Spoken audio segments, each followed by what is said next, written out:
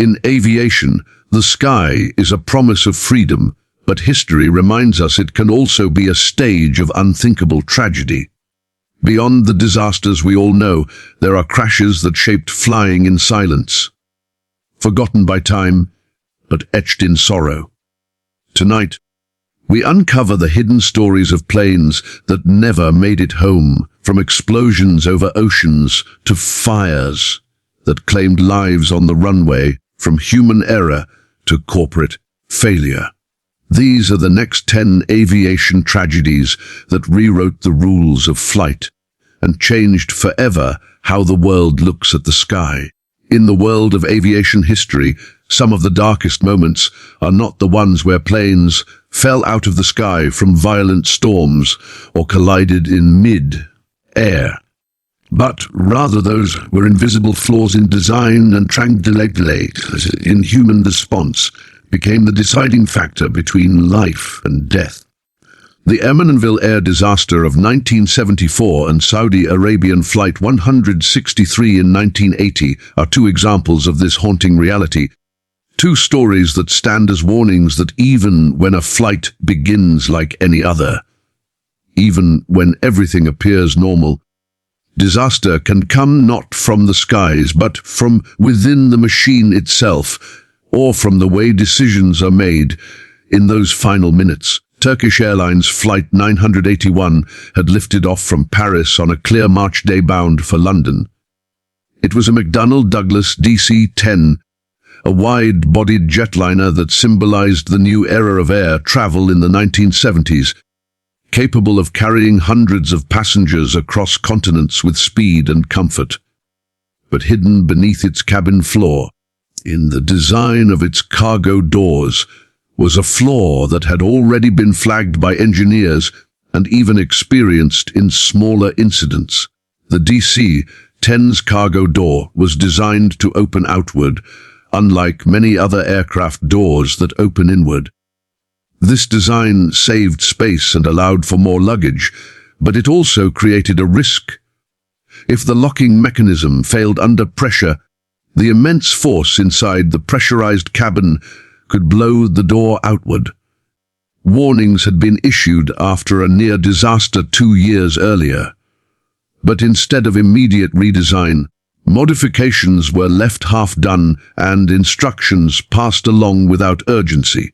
On that fateful day in March 1974, the flaw revealed itself in the most catastrophic way possible. Shortly after takeoff, as the aircraft climbed steadily over the French countryside, the cargo door beneath the cabin blew open. In an instant, the cabin floor above collapsed, severing crucial control cables that ran through the plane. The pilots suddenly found themselves fighting a machine that no longer responded to their inputs. The DC-10 became uncontrollable, banking steeply and losing altitude. Within minutes, it plunged into the quiet Ermenonville forest outside Paris, disintegrating on impact. All 346 people on board were killed. It was not a storm, not a hijacking, not pilot error. It was the failure of a door latch, a design flaw that had been known and yet underestimated. The investigation revealed letters, memos, and warnings from engineers who had raised concerns about the door. There had even been a previous incident on another DC-10, where the same failure nearly caused catastrophe. But rather than ground the fleet or demand immediate fixes, regulators and manufacturers allowed the planes to keep flying with promises of minor adjustments. The Ermenonville crash became a grim lesson that in aviation, small details are never small, and overlooked warnings can cost hundreds of lives. Out of this tragedy came sweeping redesigns, mandatory changes to cargo door systems, and stricter oversight. But for the families of those lost, these changes came far too late. 6 years later, another disaster would remind the world that even when a plane survives the air and returns to the ground, hesitation and delays in human response can be equally fatal. On August 19, 1980, Saudi Arabian Airlines Flight 163 took off from Riyadh bound for Jeddah. It was a Lockheed L-1011 TriStar, a modern tray, jet admired for its safety record and advanced technology. On board were 301 passengers and crew, many of them returning home or traveling for work. Just minutes after takeoff, the crew received warnings of smoke in the cargo hold. Fire on an aircraft is one of the deadliest emergencies imaginable, a race against time where every second counts. The pilots quickly declared an emergency and turned back toward the airport. They managed to bring the TriStar back to Riyadh and executed a safe landing. The wheels touched the runway, the aircraft slowed, and to outside observers it appeared that disaster had been narrowly avoided. But what happened next turned this close call into one of the most horrifying tragedies in aviation history. Instead of ordering an immediate evacuation, the engines were left running as procedures were followed step by step. The crew attempted to taxi off the runway. Ground crews prepared for an emergency stop, but inside the plane smoke was spreading. Passengers sat waiting, trapped by locked doors and an evacuation that never came. By the time the engines were shut down and emergency teams approached, precious minutes had passed. Fire had consumed the cargo hold and filled the cabin with toxic smoke. When rescuers finally opened the doors, they were met with silence. All 301 people on board had succumbed to smoke inhalation. The aircraft itself sat intact on the runway, outwardly whole. But inside it was a tomb. The horror of Flight 163 was not just in the fire, but in the haunting knowledge that many lives could have been saved if evacuation had begun immediately. Investigators later concluded that had the slides been deployed as soon as the aircraft stopped, many passengers might have escaped the smoke. Instead, strict adherence to checklists and hesitation in the face of uncertainty led to catastrophe. The lesson here was brutal. In emergencies involving fire and smoke, evacuation must come first, procedures second. These two tragedies, the Ermenonville air disaster and Saudi Flight 163, became defining examples of how aviation safety is not only about strong wings and powerful engines, but about the tiniest details in design and the urgency of human action under pressure. They forced regulators to adopt stricter design requirements, demanded better training for crews in handling fire emergencies, and reminded the world that safety is built not only in the factories but in the decisions made during those crucial minutes when lives hang in the balance. The stories of these two flights are haunting because they were not accidents born of the unexpected. They were preventable tragedies, the kind that leave behind not only grief but frustration, because warnings had been given, because choices could have been different, because lives might have been saved. Yet their legacy lives on in every redesign of a cargo latch, in every fire drill carried out by crews, and in every emergency procedure that puts evacuation before protocol. Today, when passengers board aircraft and listen to the safety briefing, when crew members rehearse emergency evacuations, and when manufacturers are forced to prove that their designs can withstand the worst, it is because of the echoes of Ermenonville and Riyadh, the lives lost that built a safer sky for the future. And though passengers may never know the names of those flights or the details of what went wrong, the safety they trust in today was written in the lessons of those who never made it home. When we look at the history of aviation, we often imagine the tragedies that came from technical flaws or natural forces, but some of the darkest moments in flight were born out of the invisible dangers of politics, terrorism, and hidden technical vulnerabilities that turned peaceful skies into battlefields and airliners into unwillingness, into years and unwilling victims. Air India Flight 182, Iran Air Flight 6055, and TWA Flight 100 are not just disasters in the traditional sense. They are events or revealed how fragile the safety of flight could be when human conflict or overlooked dangers were allowed to creep into the skies. Each story tells of innocent lives lost far from the earth, yet caught in the struggles and misjudgments of the world below. It was June 23, 1985, when Air India Flight 182, a Boeing 747, known as Kanishka, left Montreal bound for London with hundreds of passengers, many of them Canadian citizens of Indian descent, traveling for summer holidays, family visits, and business trips. On board were 329 souls who expected nothing more than a routine long-haul flight across the Atlantic. But hidden in the luggage hold of the giant aircraft was a suitcase packed with explosives placed there by extremists seeking to send a message through violence. At 31,000 feet south of Ireland, the bomb detonated with terrifying force. The aircraft disintegrated in mid-air in a rain of fire and metal that plunged into the cold Atlantic Ocean. There were no survivors. Families waiting at Heathrow Airport never saw their loved ones step off the plane. For Canada, it was the deadliest act of terrorism in its history, and for aviation, it was a chilling reminder that terrorism could strike not only in airports or on the ground, but silently through a piece of luggage rooted beneath the feet of unsuspecting travelers. The investigation revealed failures in security screening, gaps in intelligence sharing, and a complacency that had left airlines vulnerable to planted bombs.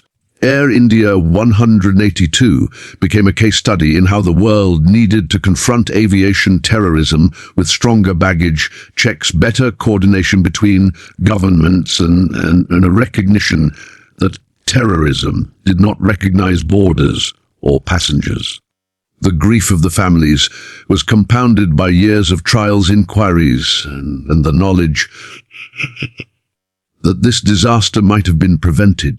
Only 3 years later, another tragedy unfolded, this time not from hidden explosives, but from the fog of war. On July 3, 1988, Iran Air Flight 655, an Airbus A300, was climbing out of Bandar Abbas Airport, bound for Dubai. On board were 290 people, families, children, and ordinary travelers on a short flight across the Gulf. Below the aircraft, in the waters of the Persian Gulf, the USS Vincennes, a United States Navy cruiser, was on patrol in a tense region during the Iran-Iraq War. Radar operators on the ship mistakenly identified the ascending Airbus as an Iranian F-14 fighter jet preparing to attack. In the tense minutes that followed, the decision was made to launch two surface-to-air missiles. They struck the Airbus, tearing it apart in the sky. All 290 people aboard were killed. In moments of horror, passengers and crew, who only minutes earlier had been climbing into the sky, were gone. Their lives ended not by mechanical failure, but by human misjudgment shaped by fear and confusion in a war zone. The incident sparked outrage across the world. To the families of those on board, the explanations of mistaken identity brought no comfort. It was proof that in times of conflict, civilian aircraft could become untended victims, caught in the crossfire of military decisions. For aviation authorities, it raised urgent questions. Should civilian flights be rerouted away from conflict zones? Should military radar and identification systems be made more accurate? Should governments do more to keep airlines out of danger? The downing of Iran Air Flight 655 would later be cited again and again as proof that the airways are not just neutral spaces, but can be dragged into the violence of the ground below. It showed that politics and war could erase the line between military and civilian in an instant. Just 8 years later, in July 1996, the skies above Long Island, New York, became the scene of another shocking disaster, this time not from terrorism or war, but from a hidden technical flaw that no one had expected. TWA Flight 800, a Boeing 747 bound for Paris, took off from New York's JFK Airport just as the sun was setting. On board were 230 passengers and crew eager for an overnight journey across the Atlantic. Just 12 minutes after takeoff, witnesses on the ground reported seeing a flash followed by an enormous fireball in the evening sky. The aircraft had exploded mid-air and plunged into the waters off the coast of Long Island, leaving a trail of wreckage and grief. In the days that followed, speculation ran wild. Some believed it had been shot down by a missile, others suspected terrorism. Families demanded answers, the world demanded answers. After one of the longest and most expensive investigations in aviation history, the conclusion was reached that the explosion originated in the center fuel tank. The vapors inside had ignited, likely triggered by faulty wiring that had sparked during flight. The result was a catastrophic explosion that ripped apart the jet before the crew or passengers had any chance to react. For aviation, this was a nightmare scenario because it meant that the very design of fuel tanks and electrical wiring could create a hidden bomb waiting to detonate under the right conditions. Regulators and manufacturers scrambled to respond. New requirements were put in place to reduce the chances of fuel tank explosions. Systems were introduced to pump inert gas into tanks to lower the risk of vapor ignition. Wiring and electrical systems were scrutinized like never before. Yet, for the families of the 230 who perished that night, no regulation or redesign could replace their loss. These three disasters, Air India 182, Iran Air 655, and TWA 800, reveal a different kind of fragility in aviation safety. They were not caused by storms or pilot mistakes or traditional mechanical breakdowns. They were caused by forces outside the cockpit: terrorism, politics, war, and invisible flaws in design that no passenger could ever see. They prove that aviation safety is not just about strong wings and engines, but about the world in which airplanes fly, the conflicts they pass over, the security systems that protect them, and the hidden dangers inside their design. Together they reshaped aviation security and awareness. Air India 182 led to stricter baggage screening and closer cooperation among international security agencies. Iran Air 655 forced aviation authorities to consider the risks of flying over war zones, a lesson tragically reinforced decades later when Malaysia Airlines Flight MH17 was shot down over Ukraine. TWA 800 forced engineers to confront the hidden risks inside fuel tanks, leading to sweeping safety redesigns. For those who study aviation, these tragedies are more than statistics. They are reminders that every regulation written in today's aviation manuals has its origin in blood and loss. They tell us that flying safely requires not just skilled pilots and reliable machines, but a world that recognizes the dangers of conflict, careless security, and overlooked flaws. And for passengers stepping aboard an aircraft, each of these stories is a reminder that the seatbelts, the screenings, the routes, and even the hidden systems humming quietly under the floor are all there because of lives once lost in the skies. These flights never reached their destinations, but their legacy travels on in every flight that does. In aviation history, some disasters are not the result of bombs or wars or weather, but rather the product of overlooked maintenance, hidden corporate flaws, and designs rushed into service without full consideration of the consequences.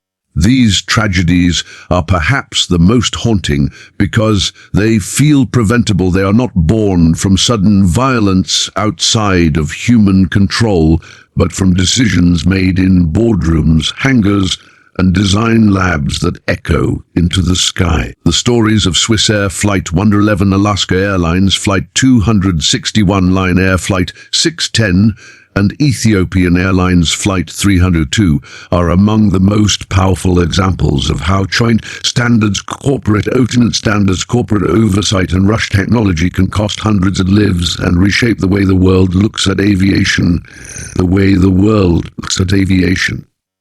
On September 2, 1998, Swissair Flight 111 departed New York bound for Geneva on what was often called the UN shuttle because of the many diplomats, scientists, and business travelers who frequented the route. The aircraft was a McDonnell Douglas MD-11, a wide-bodied jet admired for its long range and capacity. But about an hour into the flight, as the plane cruised over the Atlantic, the crew began noticing smoke in the cockpit and cabin. They followed emergency procedures and diverted toward Halifax, Nova Scotia. The calm voices of the pilots over the radio showed their professionalism as they worked through the problem. But behind those calm voices, a deadly fire was spreading. Unknown to the crew, the fire was fueled by insulation material that surrounded wiring above the cockpit. This material met old safety standards, but was in fact dangerously flammable. As the minutes passed, the fire grew rapidly out of control. Systems began to fail. Communications cut in and out. The pilots lost more and more instruments. Just a few miles from the safety of Halifax, the aircraft suddenly plunged into the Atlantic Ocean with catastrophic force, killing all 229 people on board. Investigators recovered wreckage from the sea floor and discovered that the flammable insulation had allowed a small spark to become an unstoppable inferno. Swissair 111 became a symbol of how materials hidden behind the walls of an aircraft could doom it when fire struck. The regulations that followed banned such insulation materials worldwide, but only after hundreds of lives were lost. 2 years later, on January 31, 2000, another disaster revealed how neglect of small maintenance parts could destroy an entire aircraft. Alaska Airlines Flight 261 was a McDonnell Douglas MD-83 flying along the Pacific coast from Puerto Vallarta to San Francisco and Seattle. On board were 88 people.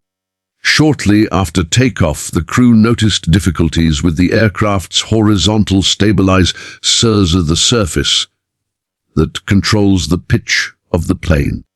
The stabilizer was controlled by a jackscrew assembly, a threaded rod that moved the tail up and down.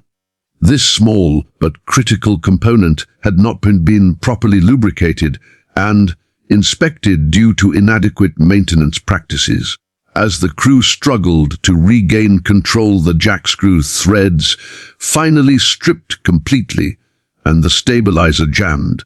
The aircraft pitched violently nose down, then rolled upside down.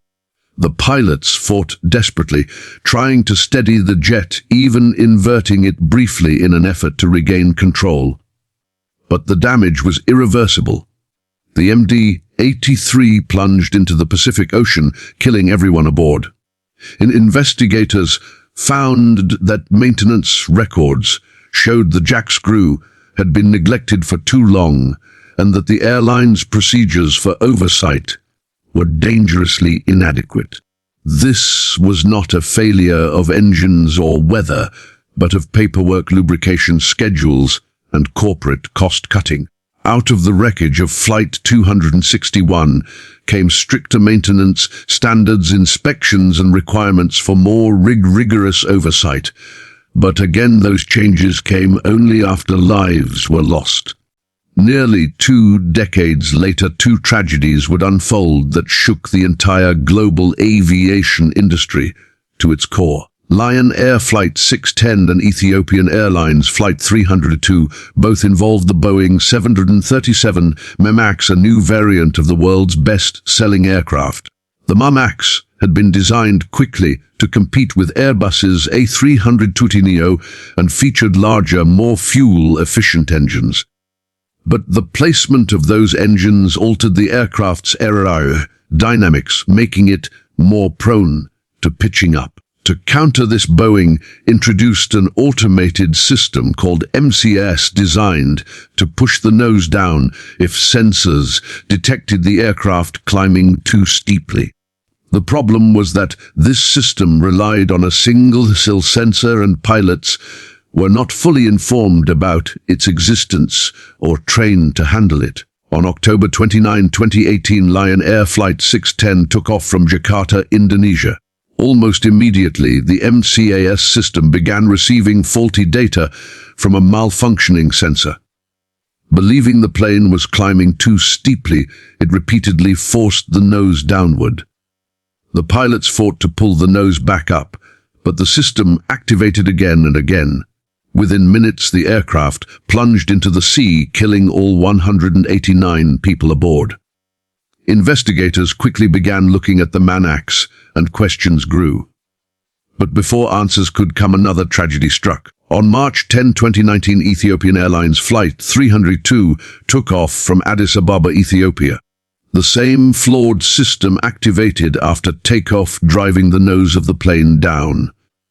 The pilots again tried to counter it, but the aircraft accelerated downward too quickly and crashed into the ground at immense speed, killing all 157 on board. Within months, the Boeing 737 MAX was grounded worldwide. What followed was one of the biggest scandals in aviation history. Investigations revealed that Boeing had minimized the presence of the MCAS system in pilot training manuals to speed up certification and make the MAX appear similar to the earlier 737s, so that airlines would not need costly simulator training for crews. The reliance on a single sensor and lack of redundancy shocked aviation experts. Internal documents showed that engineers and test pilots had raised concerns, but corporate pressure for speed and profit had overridden safety. For the families of the 346 people lost in the 2 crashes, there was outrage and grief, but also a demand for accountability. For regulators and airlines around the world, it was a wake-up call that even the most trusted manufacturers could make deadly mistakes when profit was placed ahead of safety. These 4 disasters, Swissair 111, Alaska Airlines 261, Lion Air 610, and Ethiopian Airlines 302, have hidden dangers in of story aviation dangers, not of storms or hijackers, but of small overlooked parts, flammable materials, flawed systems, and corporate cultures that ignored warnings. They remind us that in aviation, no detail is too small, no component too minor, no line of code too insignificant to demand scrutiny.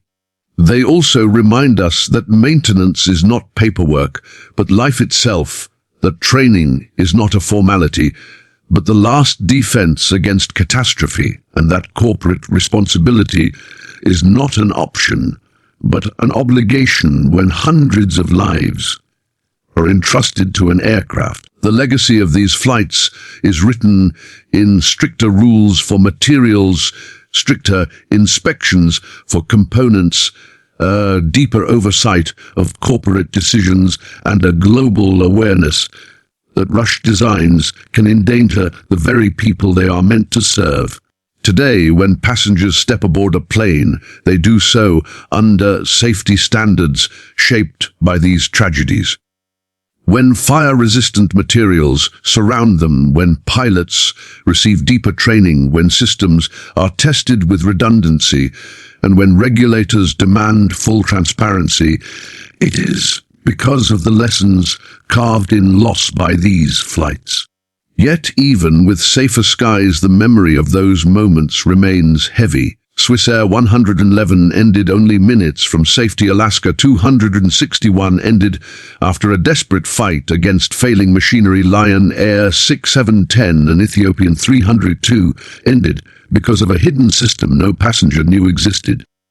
Each crash stands as a monument to the cost of ignoring warnings and the price of neglect. In aviation, every rule written in red ink is written with the lives of those who perished, and so while the skies today are safer than ever, the lessons of these disasters remain alive, reminding pilots, regulators, manufacturers, and passengers that safety is not a static achievement, but a new commitment, renewed